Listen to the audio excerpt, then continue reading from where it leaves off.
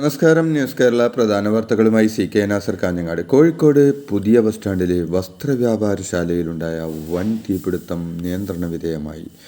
ഇന്നലെ വൈകിട്ട് 5 മണിയോടെയുണ്ടായ തീപിടുത്തത്തിൽ shopping complex ഏതാണ്ട് പൂർണ്ണമായി കത്തിനശിച്ചു. 5 മണിക്കൂറുകൾക്ക് ശേഷമാണ് തീ നിയന്ത്രണ വിധേയമാക്കിയത്. നഗരമെങ്ങും കറുത്ത പുക പടർന്നു. ലക്ഷങ്ങളുടെ നാശനഷ്ടം കണക്കാക്കുന്നു. തീ നിയന്ത്രണ വിധേയമായെങ്കിലും 5 മണിക്കൂർ പിന്നിട്ടിട്ടും പൂർണ്ണമായും അണഞ്ഞിരുന്നില്ല. രാത്രി 9 മണിയോടെ JCB കൊണ്ടുവന്ന് കെട്ടിടത്തിൻ്റെ ചില്ല് പൊട്ടിച്ച് വെള്ളം ശക്തിയായി അടിച്ചാണ് തീ നിയന്ത്രണ വിധേയമാക്കിയത്. തീ പടർന്ന ഉടനെ തന്നെ കെട്ടിടത്തിൽ നിന്ന് ആളുകളെ പൂർണ്ണമായും ഒഴിപ്പിച്ചതിനാൽ ആളപായമില്ല. ജില്ലയിലെയും പുറത്തുമുള്ള 30ഓളം അഗ്നിശമന സേനാ യൂണിറ്റുകൾ പണിപ്പെട്ടാണ് രാത്രി 10:30 തീ നിയന്ത്രണ വിധേയമാക്കിയത്. കോഴിക്കോട് ബസ് സ്റ്റാൻഡിലെ കെട്ടിടത്തിലുണ്ടായ തീപിടുത്തത്തിൽ അന്വേഷണം 2 ദിവസത്തിനുള്ളിൽ അന്വേഷിച്ച് റിപ്പോർട്ട് നൽകാൻ ജില്ലാ കളക്ടർക്ക് ചീഫ് സെക്രട്ടറി നിർദ്ദേശം നൽകി. മുഖ്യമന്ത്രിയുടെ നിർദ്ദേശപ്രകാരമാണ് അന്വേഷണം. കോഴിക്കോട് ബസ് സ്റ്റാൻഡ് കെട്ടിടത്തിലെ തീപിടുത്തം മുന്നറിയിപ്പും താക്കീതുമാണെന്ന് കോർപ്പറേഷൻ കൗൺസിൽ പാർട്ടി നേതാവ് KC ശോഭിതയും ഉപനേതാവ് K മൊയ്തീൻ കോയയും വാർഡ് കൗൺസിലർ SK അബൂബക്കറും പറഞ്ഞു. ഫയർഫോഴ്സിന് തീ അണയ്ക്കാൻ മണിക്കൂറുകൾ വേണ്ടിവന്നു. കെട്ടിടത്തിന് മുകളിലേക്ക് കയറാൻ പ്രയാസം നേരിട്ടതാണ് തീ നിയന്ത്രണ വിധേയമാക്കാൻ വൈകിയത്. കെട്ടിട നിർമ്മാണത്തിലെ അശാസ്ത്രീയമായ ഘടനയാണിത് കാരണം. കോഴിക്കോട് തീപിടുത്തമുണ്ടായ കെട്ടിടത്തിൽ അഗ്നി സുരക്ഷാ മാനദണ്ഡങ്ങൾ ലംഘിച്ചോ എന്ന് പരിശോധിക്കുമെന്ന് കോഴിക്കോട് ഡെപ്യൂട്ടി മേയർ മുസാഫിർ അഹമ്മദ് പറഞ്ഞു. എന്താണ് സംഭവിച്ചതെന്നും കെട്ടിടത്തിൻ്റെ കുഴപ്പങ്ങളുണ്ടോ എന്നുമെല്ലാം പിന്നീട് പരിശോധിച്ച് ആവശ്യമായ നടപടികൾ സ്വീകരിക്കുമെന്നും അദ്ദേഹം പറഞ്ഞു. ആഗോള കത്തോലിക്ക സഭയുടെ മാർപ്പാപ്പയായി ലിയോ 14 സ്ഥാനമേറ്റു. മുക്കുവൻ്റെ മോതിരവും പാലിയവും സ്വീകരിച്ചുകൊണ്ടാണ് സ്ഥാനമേറ്റെടുത്തത്. സമാധാനം പുലരുന്ന പുതിയ ലോകം സാധ്യമാക്കണമെന്ന് സ്ഥാനമേറ്റ ചടങ്ങിൽ മാർപ്പാപ്പ പറഞ്ഞു. 2 മണിക്കൂറോളം നീണ്ടുനിന്ന ചടങ്ങുകൾക്കൊടുവിലാണ് ലിയോ 14 മാർപ്പാപ്പയായി സ്ഥാനമേറ്റത്. ദൈവസ്നേഹത്തിൻ്റെ വഴിയിൽ നിങ്ങൾക്കൊപ്പം നടക്കാൻ ആഗ്രഹിക്കുന്നുവെന്നും സ്നേഹവും ഐക്യവും പ്രധാനമാണെന്നും ലിയോ 14 മാർപ്പാപ്പ പറഞ്ഞു. വത്തിക്കാനിൽ നടക്കുന്ന ആഗോള കത്തോലിക്ക സഭയുടെ മാർപ്പാപ്പയായി സ്ഥാനമേൽക്കുന്ന ചടങ്ങിലാണ് ലിയോ 14 പ്രതികരണം. അക്യുപഞ്ചർ ചികിത്സക്കെതിരെ വിമർശനവുമായി മുഖ്യമന്ത്രി പിണറായി വിജയൻ. ഇത്തരം അശാസ്ത്രീയത പ്രചരിപ്പിക്കുന്നവർ സാമൂഹ്യദ്രോഹികളാണ്. വാക്സിൻ വിരുദ്ധത പ്രചരിപ്പിക്കുന്നതുൾപ്പെടെയുള്ള സമൂഹത്തെ പിറകോട്ടടിപ്പിക്കാൻ ഇക്കൂട്ടർ ശ്രമം നടത്തുകയാണ് എന്നും അദ്ദേഹം പറഞ്ഞു. പാലക്കാട് ചിറ്റൂർ താലൂക്ക് ആശുപത്രി ഉദ്ഘാടനം ചെയ്ത് സംസാരിക്കുകയായിരുന്നു മുഖ്യമന്ത്രി. പാലക്കാട് കോട്ട മൈതാനത്ത് നടന്ന റാപ്പർ വേടൻ്റെ പരിപാടിക്കിടെ തിക്കലും തിരക്കലും പെട്ട് 15ഓളം പേർക്ക് പരിക്ക്. പട്ടികജാതി വർഗ വകുപ്പും സാംസ്കാരിക വകുപ്പും ചേർന്ന് സംഘടിപ്പിച്ച സംഗീത പരിപാടിയിലാണ് അനിയന്ത്രിതമായ തിരക്ക് അനുഭവപ്പെട്ടത്. കാണികൾ തമ്മിൽ ഉന്തും തള്ളുമുണ്ടായതോടെ പോലീസ് ലാത്തിവീശി. പരിപാടിക്കിടെ 4 തവണയാണ് പോലീസ് ലാത്തിവീശിയത്. മുതലപ്പുഴയിലെ മണൽ നീക്കം ചെയ്യുന്ന പ്രവർത്തനങ്ങൾ ഈ മാസം 30-നുള്ളിൽ പൂർത്തിയാക്കുമെന്ന് ജില്ലാ ഭരണകൂടം അറിയിച്ചു. സമരസമിതി നേതാക്കളുമായി നടത്തിയ ചർച്ചയിലാണ് തീരുമാനമായത്. കളക്ടറുടെ വസതിയിൽ നടന്ന ചർച്ചയിൽ സമരസമിതി നേതാക്കളും ഹാർബർ അസിസ്റ്റന്റ് എക്സിക്യൂട്ടീവ് എഞ്ചിനീയറും കരാർ തൊഴിലാളികളുടെ പ്രതിനിധികളും പങ്കെടുത്തു. സംസ്ഥാനത്തെ സ്കൂൾ കോമ്പൗണ്ടുകളിൽ അപകടാവസ്ഥയിൽ നിൽക്കുന്ന എല്ലാ കെട്ടിട ഭാഗങ്ങളും സ്കൂൾ തുറക്കും മുമ്പ് പൊളിച്ചു നീക്കുമെന്ന് മന്ത്രി V ശിവൻകുട്ടി പറഞ്ഞു. പുതിയ കെട്ടിടങ്ങൾ നിർമ്മിച്ച സ്കൂളുകളിൽ പോലും പഴക്കമുള്ള കെട്ടിടങ്ങൾ സാങ്കേതിക തടസ്സങ്ങൾ മൂലം പൊളിക്കാനാവാതെ അപകടാവസ്ഥയിൽ നിലനിൽക്കുന്ന സാഹചര്യത്തിലാണ് തീരുമാനം. തദ്ദേശ സ്വയംഭരണ വകുപ്പ് മന്ത്രി MB രാജേഷിൻ്റെയും പൊതുവിദ്യാഭ്യാസ മന്ത്രി V ശിവൻകുട്ടിയുടെയും നേതൃത്വത്തിൽ ചേർന്ന ഉന്നതതല യോഗത്തിലാണ് തീരുമാനം. രാജ്യത്താദ്യമായി സംസ്ഥാനത്തെ 10ാം ക്ലാസ്സിലെ 4.3 ലക്ഷം കുട്ടികൾക്ക് റോബോട്ടിക് സാങ്കേതിക വിദ്യ പഠിക്കാൻ അവസരമൊരുക്കാൻ കേരള സർക്കാർ.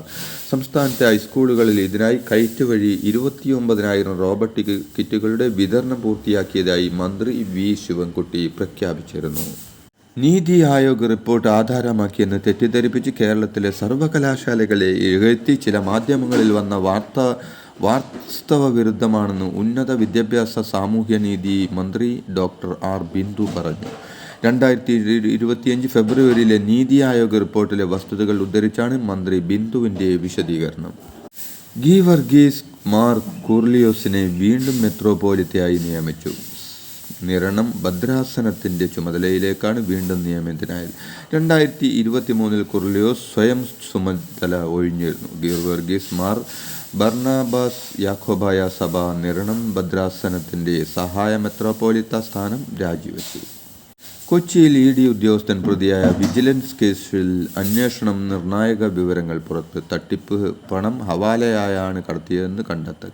ഒന്നാം പ്രതിയായ അസിസ്റ്റന്റ് ഡയറക്ടർ ശേഖർ കുമാറിന് പിന്നാലെ കൊച്ചി ഓഫീസിലെ കൂടുതൽ ഉദ്യോഗസ്ഥരിലേക്ക് വിരൽ ചൂണ്ടുകയാണ് പരാതിക്കാരൻ അനീഷ്. ED ഓഫീസിലെ ഡെപ്യൂട്ടി ഡയറക്ടർ വിനോദ് കുമാർ തന്നെ സമൻസ് നൽകി വിളിച്ചു വരുത്തി അസഭ്യം പറഞ്ഞ് മാനസിക പീഡനത്തിന് വിധേയമാക്കിയെന്നാണ് അനീഷിൻ്റെ ആരോപണം.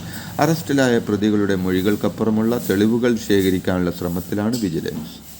സർവകക്ഷി പ്രതിനിധി സംഘ വിവാദത്തിൽ ഒടുവിൽ ശശി തരൂരിന് വഴങ്ങി കോൺഗ്രസ്. കേന്ദ്ര സർക്കാർ അന്തിമ പട്ടിക പുറത്തിറക്കിയതിന് പിന്നാലെ ഇനി തരൂർ ഉൾപ്പെടെ കേന്ദ്രം പുറത്തുവിട്ട പേരുകളിൽ എതിർപ്പ് ഉയർത്തേണ്ടെന്ന് കോൺഗ്രസ് തീരുമാനിച്ചു. പ്രധാനമന്ത്രിയെയും BJPയെയും പോലെ തരംതാണ രാഷ്ട്രീയം കളിക്കാനില്ലെന്ന് കോൺഗ്രസ് ജനറൽ സെക്രട്ടറി ജയറാം രമേശ് പ്രതികരിച്ചു.